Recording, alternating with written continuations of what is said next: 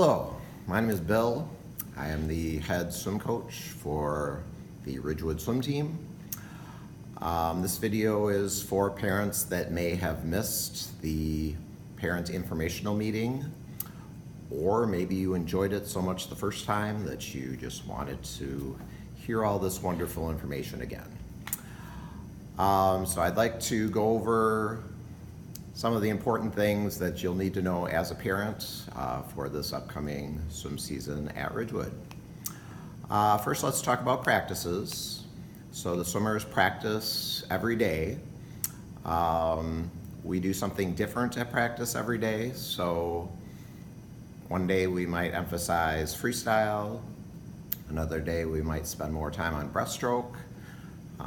Some days we spend more time than others working on starts or turns or kicking sets. So there's a variety of things we do, and we do different things every day. So the more practices that your swimmer can attend, the stronger swimmer they're going to be at the end of the season. We will not have practice if there's a thunderstorm. And we will leave a message on the answering machine at the pool and through social media if you're unsure if there's practice or not. If there's just light rain, we will practice in the rain. The swimmers are wet in the pool anyway, so they don't really notice it so much. It's more the coaches that are uncomfortable in the rain. But if you have a younger swimmer that might be miserable in the rain on a colder day, we'll leave it up to your judgment, and don't feel like you have to bring them if you don't think they're going to have fun in the rain. What else about practices?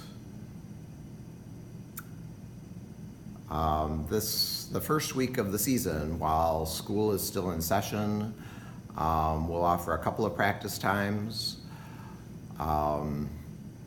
For children that are done with school, they'll have practice at 10 o'clock in the morning. And for swimmers that are still in school, we'll have afternoon and evening practices for them. So check the pool websites or check your email for that practice schedule. As far as the 8 and unders go, after the first week of practice, we'll divide them into 2 groups. One group practices from 8 o'clock to 9 o'clock, the other from 9 o'clock to 10 o'clock. Generally, the more experienced swimmers are in the earlier group, and the newer swimmers are in the later group.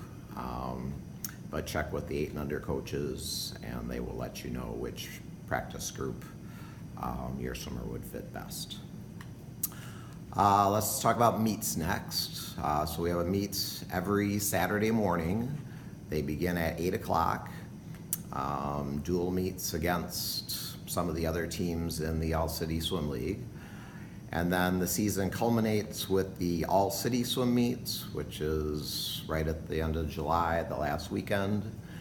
There are 13 teams in our league, so the All-City Meets, all 13 teams are competing over 3 days. This year, Thursday, the 11-12s, 13-14s, and 15-18s will swim their individual events. On Friday, the 8 and unders and 9-10s swim their individual events. And then the 8 and unders also do their relays on Friday.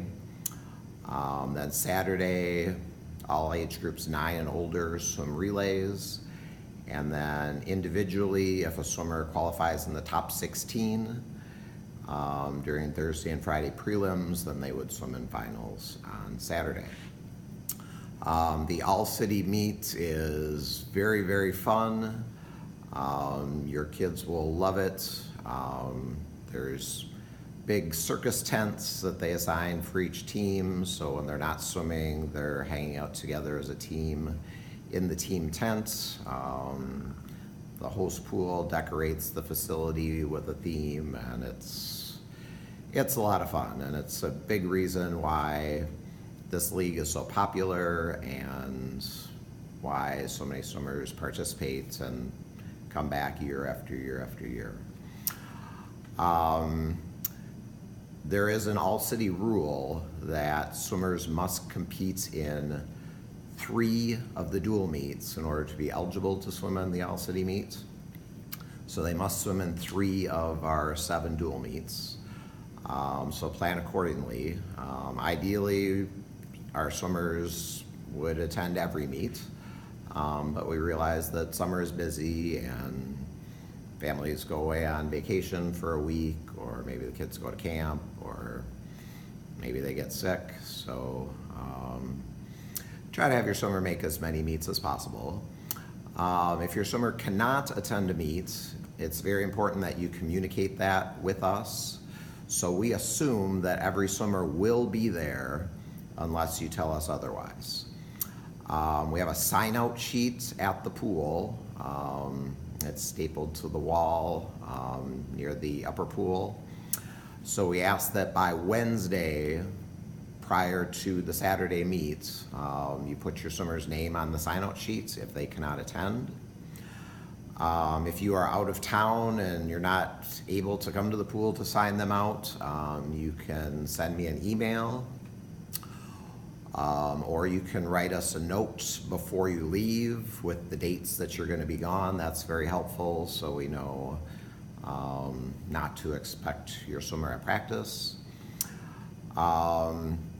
Also, if your swimmer can only attend part of the meet, that's okay too, as long as you communicate that with us in advance. So if they've got a birthday party at 11 o'clock, but they want to come to the swim meet from 8 to 10, that's fine. Just write that on the sign-out sheet that your swimmer has to leave at 10 o'clock. Or maybe they have an early morning soccer game, but they can be there for the second part of the meet. Just let us know about what time they'll get there, and then we can put them in events that fit the time that they will be there. Swimmers are allowed to swim 2 individual events and 2 relays at each meet. So we will always get the swimmers in the 2 individual events. The relays might vary a little bit from week to week depending on how many swimmers we have in a given age group. There are 4 swimmers on a relay, so if an age group does not have a multiple of 4 swimmers available to swim, so say the 9-10 boys have 18 boys swimming on Saturday, so we can make 4 full relays, but then there would be 2 boys that would sit out one of the relays. And we'll try to rotate through so it's not the same people sitting out the relays every week. But it is very important, again, that you let us know if your swimmer will not be there. It makes it very difficult for us as coaches if we're, expecting everyone to be there and then we find out Saturday morning that someone didn't show up. So if we don't have an extra person to plug into a relay, then potentially that relay doesn't get to swim. So please stay on top of things, and please let us know if your swimmer will not be there. Sometimes swimmers get sick, Friday night, they wake up Saturday morning with fever. If that's the case, just get a message to myself as soon as you know. You can email me. If it's a home meet, you could leave a message at the pool. So our swim meets, our dual meets start at 8 a.m. We warm up prior to the meet, and we have a very large team. We'll have around 300 swimmers on the team this year, and not all 300 would show up to a single meet, but even if we have 225, we share the pool with the other team as far as warm-ups go, so we only have half the pool. So we have to have a very organized, structured warm-up process to get everybody warmed up prior to the meet. So the 11, 12s, 13, 14s, 15, 18s, they'll warm up at 6:15 before our meets. Home meets, obviously everyone would warm up at Ridgewood. When we have an away meet, we have our older swimmers, 11 and older, warm up at Ridgewood first, and then travel to the site of the meet after those warm-ups. 8 and unders will always warm up at the pool where the meet is being held, and they warm up at 6:45. And the 9 and 10-year-olds will also only warm up at the pool where the meet is being conducted, and they warm up at 7 o'clock. The meets begin at 8 o'clock, and as far as the length of the meet goes, it kind of depends on who we're swimming against and the size of the team. If we're swimming against a smaller team, the meet might be over by 12:30 or so, versus if we're swimming a larger team. And the facility also makes a difference, whether we're in a 6-lane pool or an 8-lane pool. But potentially those bigger meets could go till 2:30 or so. You do not need to stay for the entire meet. When your swimmer is done swimming the events that they're entered in, you are free to leave for the day. I guess the exception would be if you have volunteered at one of our home meets. So if you volunteer for the second shift, then obviously we would expect you to stay through the end of the meet. Speaking of volunteering, so there is a requirement that all families sign up to volunteer for 3 different shifts at our home meets this year. There are instructions on the website as far as the online volunteer site that you go to sign up. And then you can talk to or email our volunteer coordinator or the swim team board member. That's in the board member at Ridgewood that's in charge of swim team is what I'm trying to say. If you need any help or have any questions about volunteering. Volunteering is very important to help the meet run smoothly. If you have not volunteered at a meet before, don't be too nervous about that. Most of the jobs are pretty simple, and after about 5 minutes, you get the hang of it. Ridgewood is kind of known around the city as running very efficient meets. And the reason that happens is because everyone pitches in and works together, and we all do what we need to do to get the meets run in a timely manner. I've mentioned email a few times, so expect an email every Sunday morning from me, and I will highlight what's coming up for the given week. So I'll let you know if there's any changes to the practice schedule, like there is for the first week, and 4th of July week, there's some adjustments to the schedule, and then the final week of the season. If there's any special events going on during the week, we'll let you know about those. So we have a team photo day. The 8 and unders go to a movie together during an afternoon. The 9-year-olds and over have a trip to Noah's Ark. The team as a whole has a tie-dye party on a Friday afternoon where they tie-dye a white t-shirt and then wear that to the meet the next day. One thing I didn't mention about the swim meets is that every week we have a dress-up theme, and we encourage the kids to participate in that. It's kind of a fun way to differentiate between the meets and make each meet kind of special. So one dress-up day we have every year is a tie-dye day, so the kids can wear the tie-dye shirts that they make the day before. Our team colors are green and white, so we always have a green and white day, and then we'll have other days that the coaches decide, and those will be emailed out in the Sunday email, and then we'll also announce that to the kids at practice. Let's see what else. We have a bulletin board outside the pool. You walk past it every day on your way to the front entrance.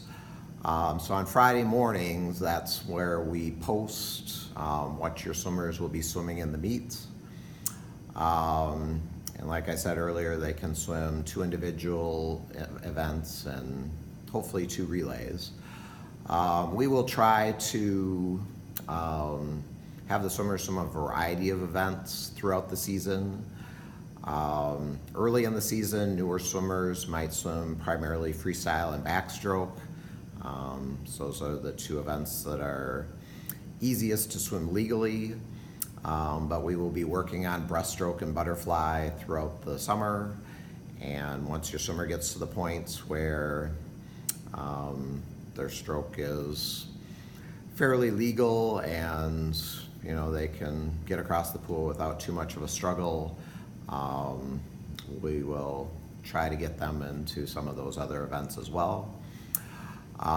If your swimmer is nervous or has any anxiety about swimming a new event, any support you can provide, just let them know that the coaches have confidence that they can swim the event, and we would not put them into anything that we did not think that they would do well in.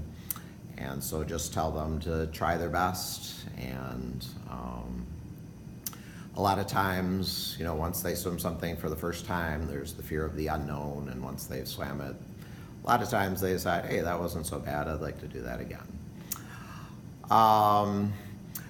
Throughout the season, our emphasis at Ridgewood is on improvement versus like winning and losing. So for the coaches, we would much rather see a swimmer improve and go their best time versus maybe get first place but not get their best time by several seconds. Not that they're going to get their best time every single time they hit the water, but if they're coming to practice every day and working on the things that the coaches identify as areas of improvements, chances are they will improve greatly throughout the summer. For the 8 and unders and 9-10s, we have what's called an improvement pin program. So the swimmers will get like a big safety pin, and then there are beads that they will get to attach to the pin when they get a best time during the season. So there's some kind of tangible reward for getting a best time. And over the course of the season, hopefully this pin and this string of beads grows throughout the season, and the swimmer can be proud of that they are improving and getting better every week. What else do we need to talk about here? A little bit about like the team uniform. So team suits are available at Simply Swimming, which is on University Avenue in Middleton. If you just go to Simply Swimming and tell them you're from Ridgewood, they will know exactly which suit your swimmer needs. We will have some caps that have the Ed Nebbins logo on them for sale early in the season. You can ask the coaches if you want a specific Ridgewood cap. Caps are not required. Girls with longer hair would want a cap to kind of keep their hair from going over their face while they're swimming. Some boys like wearing caps just to reduce the drag as they're swimming through the water. But a lot of boys, especially if they have shorter hair, will not wear a cap. And they can wear any cap that they want. Some of the high school swimmers wear their high school caps. Many of the swimmers have caps from previous years at Ridgewood that they will wear. Or if you just have a generic cap, whether it's solid color or some design on it, whatever cap they would like is fine. Right before the All-City meet, each swimmer will receive a team cap connected to a theme that we have for the end of the season, and they'll also receive a t-shirt. So if you see swimmers with Ridgewood caps from previous years, that's where they got those, and your swimmer will get one at the end of the season. Your swimmer should bring goggles to practice every day, and we strongly recommend that you put your name or put the swimmer's name on the goggles. Often those are left behind accidentally, and if there's a name on the goggles, we can, set them aside and get them back to your swimmer the next day. If there is no name on them, then we have a general goggle lost and found at the pool. So the goggles would go there.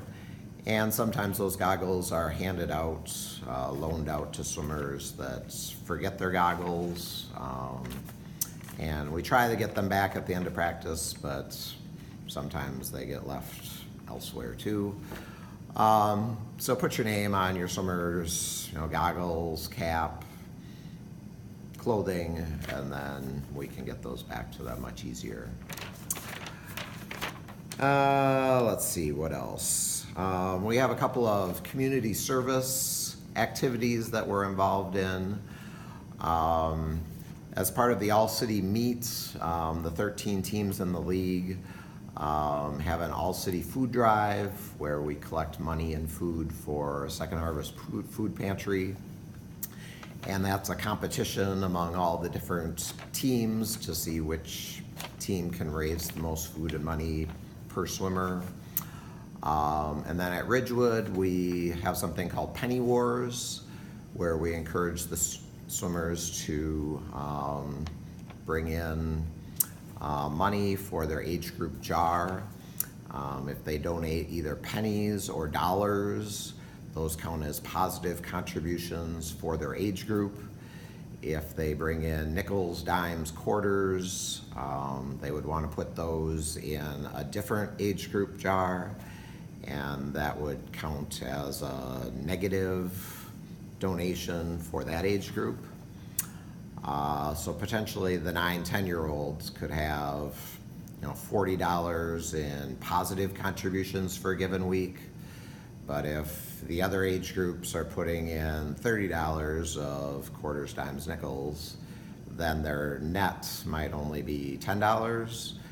And the age group with the highest net at the end of the week, the coaches will bring some sort of treat in for the swimmers the following week. So kind of some friendly competition within the age groups. The other activity we're involved in is a swimathon. There's an organization called the Shelley Glover Foundation that raises money for underprivileged children to take swimming lessons. And we have a swimathon every year where swimmers collect pledges for money to go to the Shelley Glover Foundation. So we usually do that in July. So a couple weeks prior to that, we'll hand out information and envelopes for the swimmers to put their money and so on. Is there anything else I have not talked about? I think that's most of it. So I'll just wrap this up by saying that our goals for every swimmer are that, one, they have fun, and the coaches that we have at Ridgewood, all of my assistant coaches have grown up swimming at Ridgewood, so they were swimmers when they were younger, and they just love swimming so much that they became coaches after their eligibility on the team ended. And they're going to try to make it fun for your swimmers so that hopefully they can have a similar experience. I grew up in the Parkcrest neighborhood, so I went through a similar experience but with Parkcrest instead of Ridgewood, and then I've been involved in the All-City Swim League since shortly getting out of high school, so it's been a big part of my life as well. So we want the kids to have fun. We're going to try to make them better swimmers and try to improve every week, as I talked about earlier. They also get to learn what it's like to be part of a team, and working with teammates towards a common goal, supporting their teammates. Also having some experience with athletics, so Athletics, a lot of times there's winners and losers. We definitely emphasize good sportsmanship, whether they get first place or, second, third, fourth, fifth, sixth. So always treating their opponents with respect and being a good winner or a gracious, I don't want to say loser, but if they've tried their best, then that's all we can ask of them. Look for an email from me every Sunday morning, and please let me know if you have any questions. Otherwise, we're looking forward to another great summer of swim team at Ridgewood Pool. Thanks for watching, and have a good rest of your day.